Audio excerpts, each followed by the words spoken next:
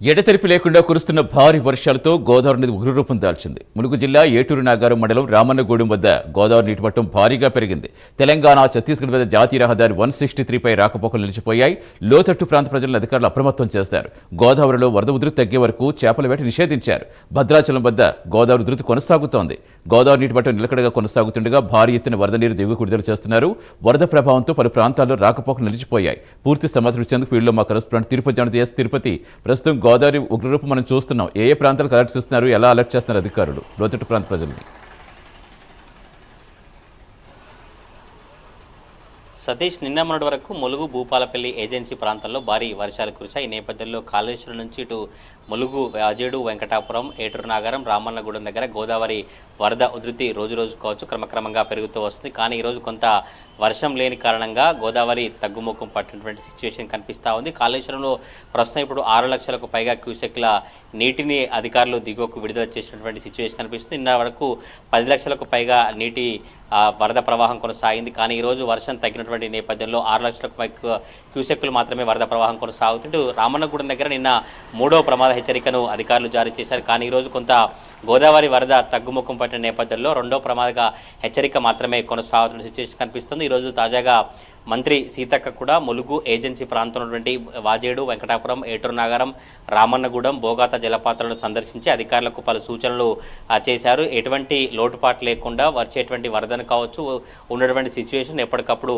సమీక్షిస్తూ జాగ్రత్తలు కావచ్చు పూర్తిగా చర్యలు తీసుకోవాలంటూ ములుగు జిల్లా అధికార యంత్రాంగాన్ని సీతక్క ఆదేశించినటువంటి పరిస్థితులు తొలుత మంగపేట మండలం సంబంధించిన గోదావరి కావచ్చు, కరకట్టకు సంబంధించినటువంటి వ్యవహారం అంతా కూడా సీతక్క చూసి అక్కడ నుండి గోదావరి వరద ఉధృతిని పరిశీలించి అక్కడ నుండి ముంపు ప్రాంతాలు కావచ్చు, పరివాహక ప్రాంత ఈ గ్రామాలు ఏవేవి ఉన్నాయో వారితో అధికారులతో మాట్లాడి ఎటువంటి ఇబ్బందులు లేకుండా ప్రజలకు చూడాలని ఎస్పీతో కావచ్చు కలెక్టర్తో ఆదేశాలు జారీ చేసినటువంటి పరిస్థితి. తర్వాత ఏటూరు నాగరం, రామన్నగూడ ప్రాంతానికి వచ్చి అక్కడ గోదావరి వరద ఉధృతిని పరిశీలించారు. నిన్న ఎంత మేరకు వరద వచ్చింది, ఈరోజు ఎంత మేరకు తగ్గింది, ప్రస్తుత సిచ్యువేషన్ ఎట్లా ఉందంటే కూడా అధికారులతో మాట్లాడి పూర్తి వివరాలు సేకరించి ఎప్పటికప్పుడు అధికారులు అప్రమత్తంగా ఉండాలి. గతంలో జరిగినటువంటి సిచ్యువేషన్ కావచ్చు, గతంలో ఎదుర్కొన్నటువంటి పరిస్థితులు మరొకసారి ఎదురుకాకుండా అధికారులు అప్రమత్తంగా ఉండేటువంటి సిచ్యువేషన్ ఉండాలంటూ మంత్రి సీతక్క చెప్పినటువంటి పరిస్థితి. తర్వాత వాజేడు కావచ్చు, వెంకటాపురం మండలం పూసూరు బ్రిడ్జి, ఇసుక వాగు సంబంధించిన బ్రిడ్జిని కావచ్చు, బోగాత జలపాతాన్ని సందర్శించి అక్కడ సిచ్యువేషన్ పూర్తిగా ఆమె అడిగి తెలుసుకున్నారు. తర్వాత అక్కడ తీసుకున్నటువంటి జాగ్రత్తలు కావచ్చు, ప్రస్తుతం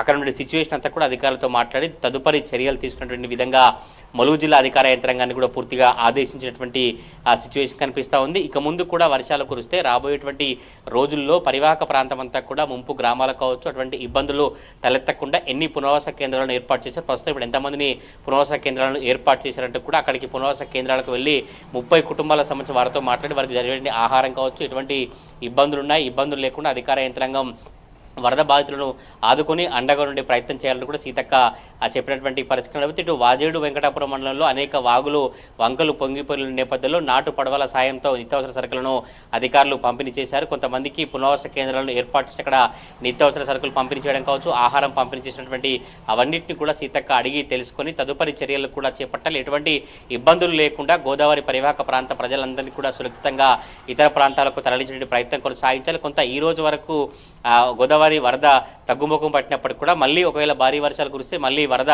పెరిగితే ఎటువంటి చర్యలు తీసుకుంటే అధికారులతో మాట్లాడినటువంటి పరిస్థితి. కొంత గోదావరి శాంతించాలంటే కూడా ప్రత్యేక పూజలను కొనసాగించేటువంటి పరిస్థితి కనబడుతుంది. ఎప్పటికప్పుడు కాళేశ్వరం కావచ్చు, మేడిగడ్డ లక్ష్మీ బ్యారేజ్ ప్రస్తుతం 6 లక్షల పైకి క్యూసెక్ల వరద నీటిని దిగువకు విడుదల చేస్తారు. నిన్నటి వరకు కూడా పూర్తిగా పుష్కర ఘాట్ను మునిగినటువంటి వరదతో 10 లక్షల క్యూసెక్ల వరద కొనసాగింది. భద్రాచలం దగ్గర కూడా 2వ ప్రమాద హెచ్చరికను అధికారులు జారీ చేసినటువంటి పరిస్థితి కనబడుతుంది. 56 అడుగుల నీటి మట్టంతో కూడా వరద కొనసాగింది. ఎవరైతే స్నానఘట్టాలు కావచ్చు అటు వరకు ఎవరు రాకూడదు. ఈరోజు ఉదయం 11 గంటల నుంచి సాయంత్రం వరకు కూడా 56 అడుగుల మేరకు వరద ప్రవాహం భద్రాచలం దగ్గర కొనసాగించింది. 15,96,899 క్యూసెక్ల నీటిని దిగువకు విడుదల చేశారు. సాయంత్రం వరకు ఇంకొంచెం వరద తగ్గేటువంటి అవకాశం ఉన్నట్టుగా సిడబ్ల్యూసీ అధికారులు అయితే అంచనా వేసినటువంటి పరిస్థితి. కొంత మేడిగడ్డ లక్ష్మీబారి దగ్గర కావచ్చు, ఏటూరు నాగారం, రామన్నగూడెం దగ్గర వరద తగ్గినప్పటికీ కూడా భద్రాచలం దగ్గర మాత్రం క్రమక్రమంగా పెరుగుతూ వస్తున్నటువంటి సిచ్యువేషన్ కనిపిస్తోంది. Satish, thank you Tirupati.